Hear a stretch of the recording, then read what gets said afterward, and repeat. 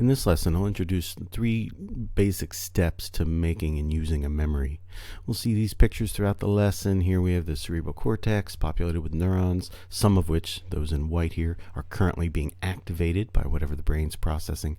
And here we have a magnification. We see a population of neurons in some region of the cortex. Again, some in white are shown to be activated. They're currently generating electrical signals in response to their inputs. Now we need to also introduce a couple of icons for this lesson. So here we have the brain, the cerebral cortex. I've got my visual system, auditory system, and touch sensory areas here. And if there is a red sort of mark on top of some area of the brain, it means that part of the brain is currently being activated. So I'm seeing something, for example. So that red mark is an icon for a population of neurons that is being activated in that region of the brain. And some of those neurons will take part in forming a memory trace. Now the memory trace itself will use this icon here, a paper and pen, applying some ink, as if we're writing a memory to the hard drive, to the long-term memory system. So that's going to be our icon for a memory trace forming in that region of the brain. And the ink represents synapses getting stronger between neurons involved in the memory trace.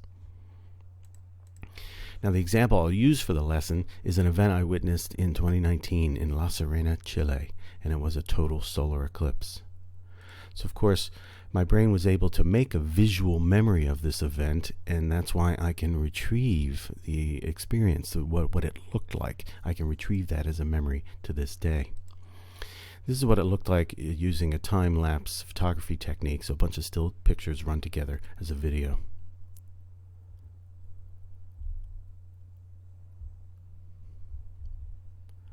So as I stood there watching this, then my brain was responding to this event. My visual system was processing this event, sharing that processing with the working memory system, and I had a conscious experience of what I was seeing. But today, I can retrieve a memory of what that event looked like several years ago. Now, I didn't just see the event, I also heard sounds in my environment, and this is a little bit of what that sounded like.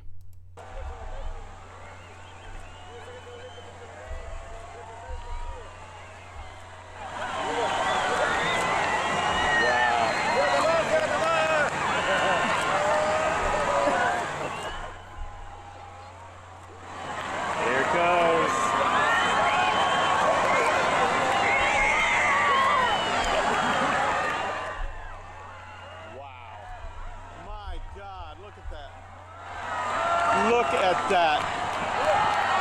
Unbelievable. It is unbelievable.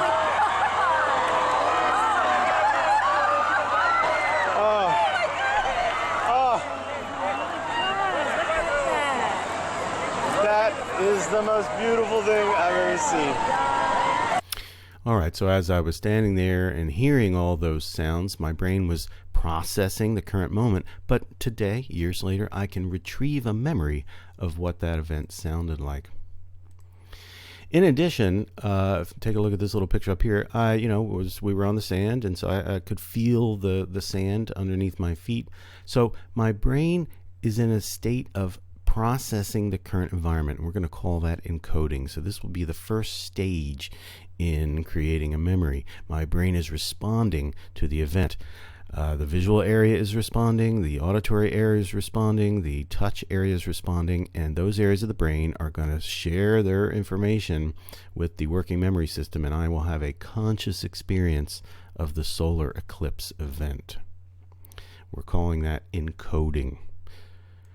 So during encoding, a set of neurons respond to the learning event depending on the qualities of the learning event.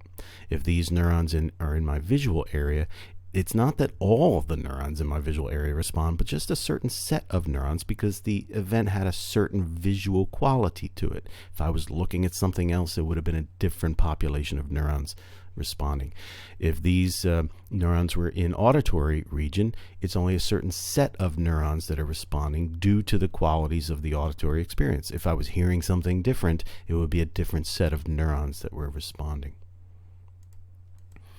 Now you've already encountered this video of genetically engineered neurons that flash light when they are electrically excited. So we can use this video to help us sort of intuitively understand what's happening in a brain when it's processing information. So here I'll play this. This is the surface of the cortex of an animal, and we can see all the little flashing lights are neurons that are being electrically excited by their inputs. The big things here are blood vessels. Let's go a little bit higher power now. So here on the left we have this region will be magnified over here on the right, and we'll play the video. And again, these flashing lights are neurons, individual neurons that are being excited by their inputs. We see blood moving through the blood vessels. So we said in a previous lesson that if we think about this population of neurons, say in my visual cortex, well, this is what my brain is doing when I was seeing the eclipse, right? So from this point of view, it just looks like some set of neurons are becoming activated.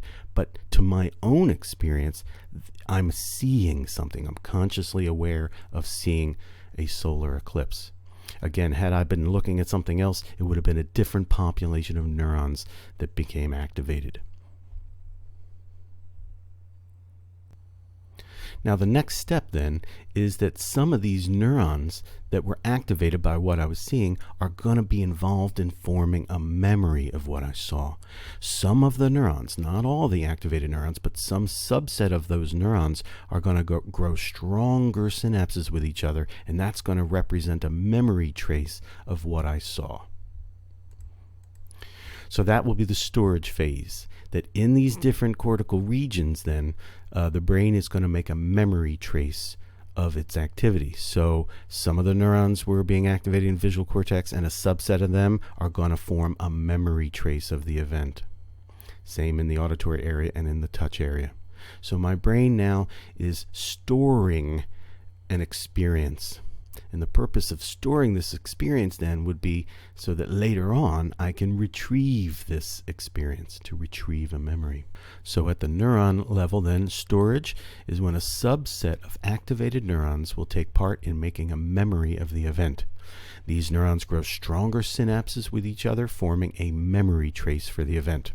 So again, if this were in my visual area, it's just a subset of neurons are responding, the ones in white here are responding to what I see, and then some subset of them will grow stronger connections, forming a network of neurons that represent what I saw. A memory trace then is a set of synapses that got strengthened among some of the neurons that were activated by what I saw. Again, neurons can strengthen their connections because they're biological living cells. They can grow. So a learning experience causes biological growth. Before learning, after learning. This is our icon for learning. The synapse gets stronger, indicated by the larger terminal here, more neurotransmitters being released. So this is what's going on amongst a population of neurons involved in forming a memory trace for the event. And we said the ability of neurons to change in response to experience is called plasticity. So this is what allows brains to learn and make memories. Now, to get a visual sense of what plasticity is, let's take a look at this video. You're about to see some neurons, living neurons, growing in a petri dish.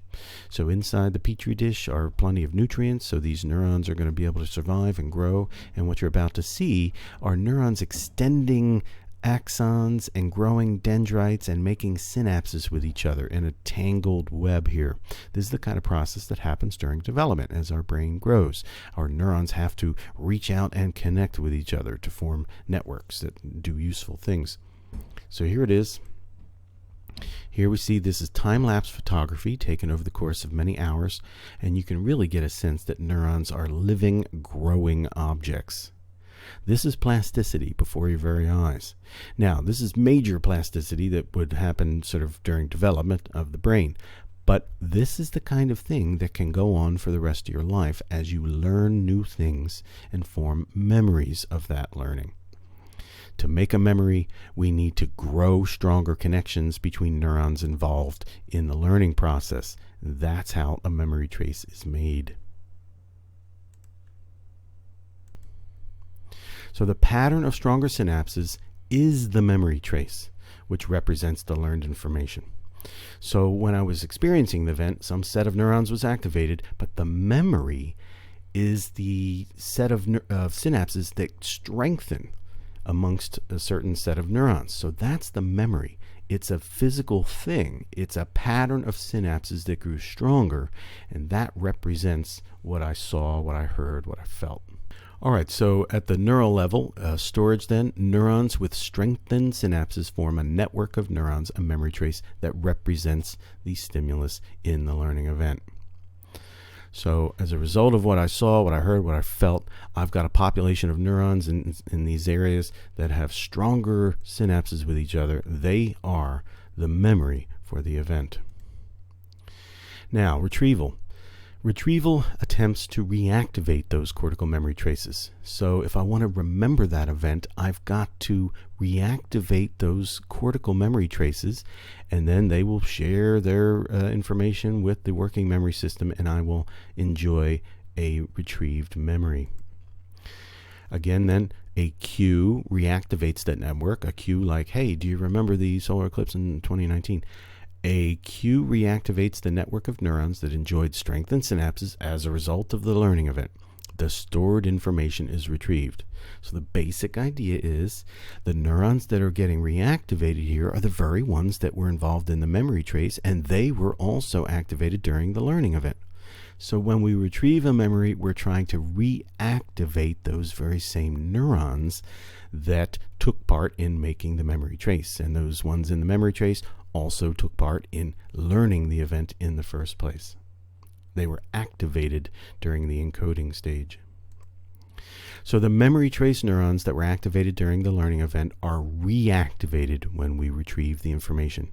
So if these neurons were active when I was seeing the solar eclipse, and these neurons are going to be involved in forming the memory trace of what I saw, they're the ones that my brain attempts to reactivate when I'm trying to retrieve the memory of what I saw. When we retrieve a memory, we are trying to recreate the brain state that occurred during learning and storage.